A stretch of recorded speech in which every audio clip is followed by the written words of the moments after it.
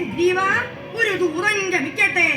അല്ലേ വാനര ചക്രവർത്തിയായുള്ളവേ സുഗ്രീവ, ഇപ്പൊ ഇവിടുന്ന് രാവണന്റെ സമീപത്തിങ്കലേക്ക് ഒരു ദൂതനെ പറഞ്ഞയക്കണം എന്ന് ഭഗവാൻ സ്വാമി ശ്രീരാമചന്ദ്രൻ സുഗ്രീവനോട് അരുളി ചെയ്തു.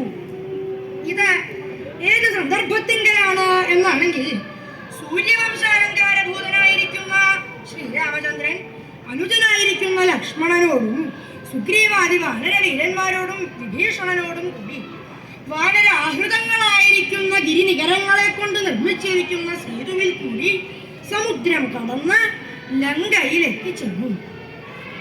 ലങ്കയിലെത്തിയ വാനരന്മാര് യുദ്ധം തുടങ്ങിയായി. ചില വരഞ്ഞന്മാര് കയറിക്കൂടി, ചില വരന്മാര് വൃക്ഷങ്ങളുടെ മുകളില്, മലയുടെ മുകളില്, 7 നിലാമാടത്തിന്റെ മുകളില്. അതിങ്ങനെ കണ്ടു.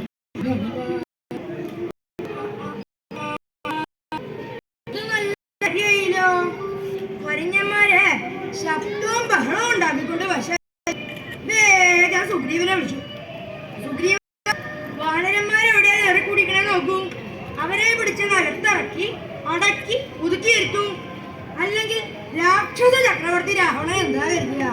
ഈ രാമന്റെ കൂടെ വന്നിരിക്കണ വന്യന്മാർക്ക് ആർക്കും ഒരു അച്ഛൻ അതെങ്ങനെ വന്യന്മാരെ നിയന്ത്രിക്കാനുള്ള കഴിവില്ല. അങ്ങനെ രാവണനെ കുറിച്ച് മോശമായിട്ട് തോന്നാനിടവരരുത്.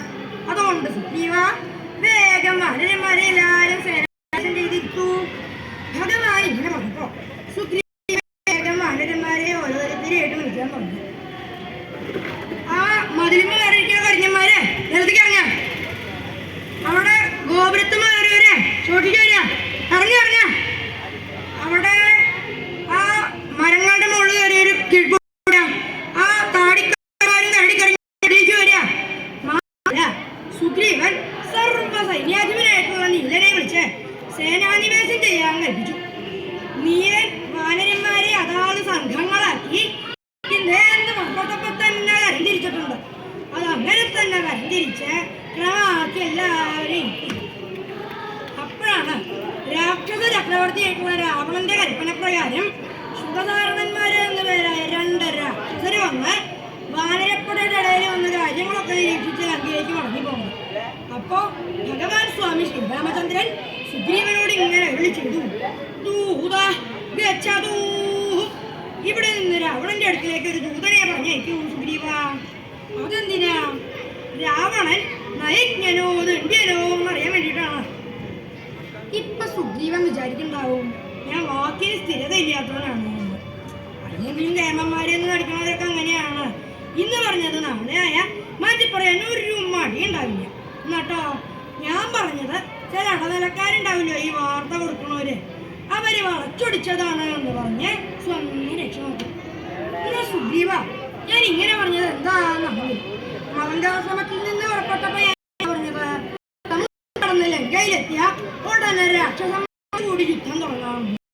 ലങ്കയിലെത്തിയപ്പോഴോ ദൂതനെ വിട്ടു ഒത്തുതീർപ്പിനാണല്ലോ ദൂതന്മാരെ പറഞ്ഞ ഇവിടെ വന്നില്ലേ. ഈ രാവണൻ എത്ര നിസ്സാരനല്ല. ഇവനെ ജയിക്കാൻ തോന്നുന്നില്ല. ഞാൻ ഒരു ദൂരം ജയിക്കുക അതാണ്. അതുമല്ല പിന്നെയോ ഇത് ജനബോധം വേണ്ടിയിട്ടാണ്. എന്താണല്ലേ ഞാനിവിടുന്ന് രാവണനെ വധിച്ച് സീതയും കൊണ്ട് അയോധ്യയിൽ ചെന്ന് ഭരണം തുടങ്ങിയ ജനങ്ങളൊക്കെ അപവാദം പറയും. അല്ലെങ്കിലും ഭരിക്കണവർക്കൊക്കെ എപ്പോഴും അപവാദാണേ. എങ്ങനെ എന്നാണെങ്കിൽ ഇവിടെ വരിക. കണ്ടിട്ട് കുറച്ച് ദിവസമായില്ലോ. ഇവിടൊന്നും ഉണ്ടായിരുന്നില്ലേ? ഇല്ലടോ, ഞാൻ ഒരു സ്ഥലം വരെ പോയിക്കായിരുന്നു. എന്താ വിശേഷിച്ച്? ഒന്നുമില്ല, തന്നെ കണ്ട ചില കാര്യങ്ങളൊക്കെ അറിയാമെന്ന് വിചാരിച്ചിട്ടാ. എന്ത് കാര്യമാണോ? അത് പിന്നെ ആ രാമന്റെ കാര്യ. ഏത് രാമനാടോ? നമ്മുടെ ദശരഥപുത്രൻ അയോധ്യ രാജാവ്. ആ രാമന്റെ ഭാര്യ സീതെ രാവണനെ അപഹരിച്ചു എന്ന കാര്യം പിന്നെ എന്താ ഉണ്ടായെന്ന് അറിയില്ല. അതാ ചോദിച്ചത്. അതോ രാമൻ കുറച്ച് വാനരന്മാരെ കൂട്ടി സമുദ്രത്തിങ്കൽ സേതുബന്ധനം ചെയ്ത് സമുദ്രം കടന്ന് ലങ്കയില് ചെന്ന് രാവണനോട് കൂടി യുദ്ധം ചെയ്ത് രാവണാദി രാക്ഷസന്മാരെ എല്ലാരെയും കൊന്ന് സീതയും കൊണ്ട് അയോധ്യയിലേക്ക് വരികയുണ്ടായേ. അങ്ങനെ ഉണ്ടായേ എന്ത് നന്നായി എന്നാ താൻ പറയണേ? രാമൻ ചെയ്തത് കുറച്ച് സാഹസമാണ് എന്നാ ഞാൻ പറയാ. എന്ത് സാഹസമാണോ രാമൻ ചെയ്തത്? തന്റെ ഭാര്യയെ അപഹരിച്ചോനെ നിഗ്രഹിക്കല്ലേ രാമൻ ചെയ്തുള്ളൂ. അത് നന്നായി എന്നാ ഞാൻ പറയാ. അങ്ങനെയാണെങ്കിൽ കുഴപ്പമില്ല. പക്ഷെ രാവണൻ സീത അപഹരിച്ചെങ്കിലല്ലേ കൊല്ലേണ്ട കാര്യമുള്ളൂ. താൻ എന്തായി പറയണേ? രാവണൻ സീത ഇല്ലാന്നാണോ? രാമലക്ഷ്മണന്മാരില്ലാത്ത നേരത്തല്ലേടോ രാവണൻ വന്ന് സീത അപഹരിക്കണത്? ആളില്ലാത്ത നേരത്തെ അന്യന്റെ സാധനം എടുത്തോണ്ട് പോണേനല്ലേ അപഹരണം മോഷണം എന്നൊക്കെ പറയണത്. രാവണൻ അങ്ങനെയല്ലേടോ? അതെ, പക്ഷെ ചെറിയ വ്യത്യാസമുണ്ട്. അതെന്താ? തനിക്ക് ഈ രാവണൻ ആരാന്നറിയോ? അതെന്താ പത്ര അറിയാൻ? രാവണൻ ഒരു അധർമ്മി, എന്തും ചെയ്യാൻ മടിയില്ലാത്തവൻ. അങ്ങനെയല്ല.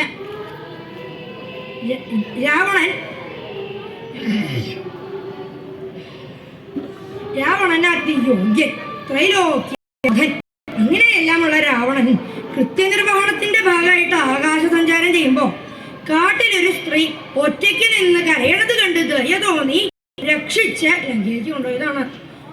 ഇതിനായോണ്ട് അന്തപുരത്തിൽ കയറ്റാതെ ഉദ്യാനത്തിൽ എഴുതി രാക്ഷസികളെ രക്ഷിക്കാനും ഏൽപ്പിച്ചു. പിന്നെയാണ് അത് സീതയാണ്, രാമന്റെ ഭാര്യയാണ് എന്നൊക്കെ അറിഞ്ഞത്. അപ്പോ രാമൻ വന്ന് ചോദിച്ചാൽ തിരിച്ചു കൊടുക്കാന്ന് വിചാരിച്ചിരിക്കുകയായിരുന്നു. അപ്പോഴാവന്റെ രാമൻ കുറച്ച് വാനരന്മാരെയും കൂട്ടി ലങ്കയിൽ ചെന്ന് യുദ്ധം ചെയ്ത് രാവണനെ നിഗ്രഹിക്കുകയും ചെയ്തു.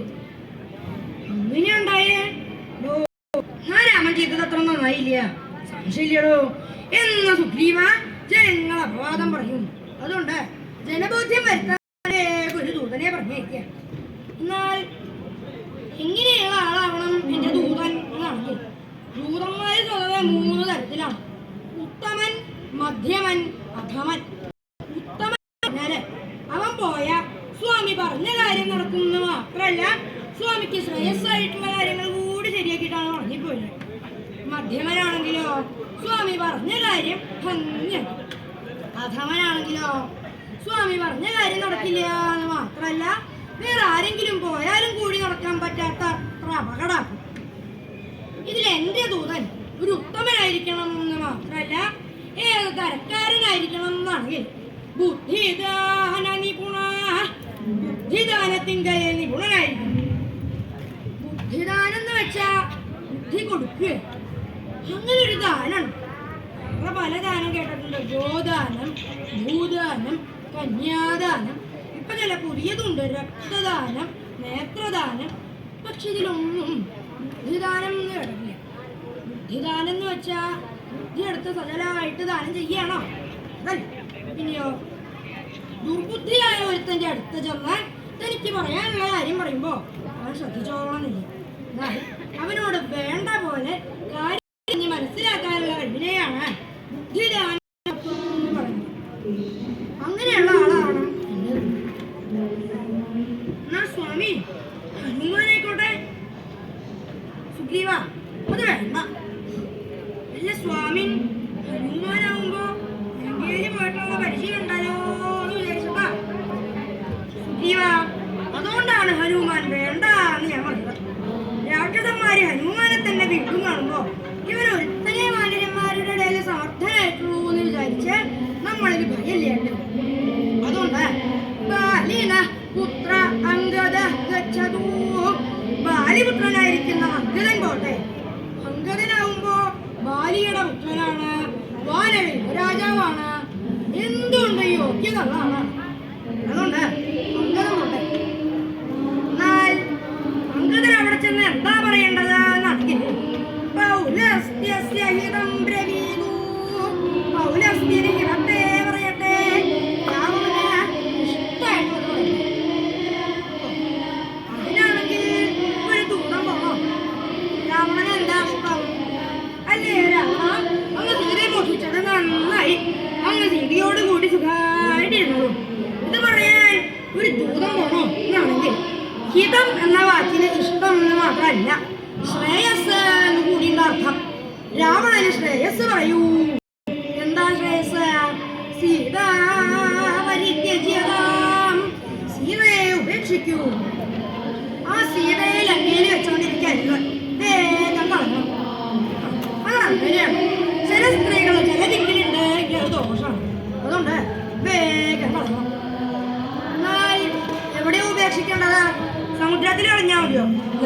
ചുറ്റുള്ള സമുദ്രമാണല്ലോ, ആ സമുദ്രത്തിൽ കളഞ്ഞാൽ മതി.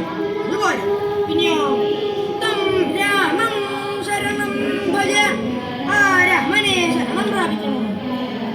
സീതയെ രാമന്റെ പാദങ്ങളിൽ വെച്ച്, അയ്യേ സ്വാമി അറിയാതെ കൊണ്ട് പറ്റിയതാണ്, ക്ഷമിക്കണേ ക്ഷമിക്കണേ.